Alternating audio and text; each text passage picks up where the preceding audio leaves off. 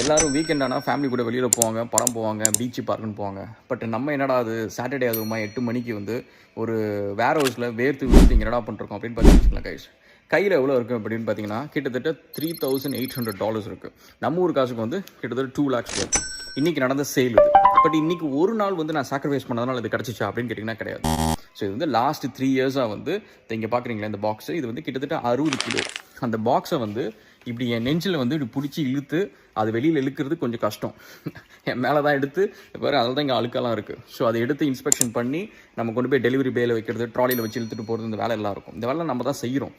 But இது வந்து இன்றைக்கி ஒரு நாள் செய்கிறதுனால இது கிடைக்கல. ஸோ இது வந்து லாஸ்ட் 3 இயர்ஸாக வந்து இந்த வேலை செஞ்சுட்ருக்குறோம். வர்ச்சுவல் இம்போர்ட்ஸ் ஆரம்பிச்சு 3 இயர்ஸ் ஆச்சு.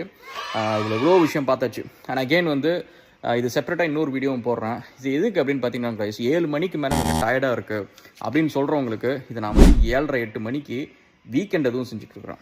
ஸோ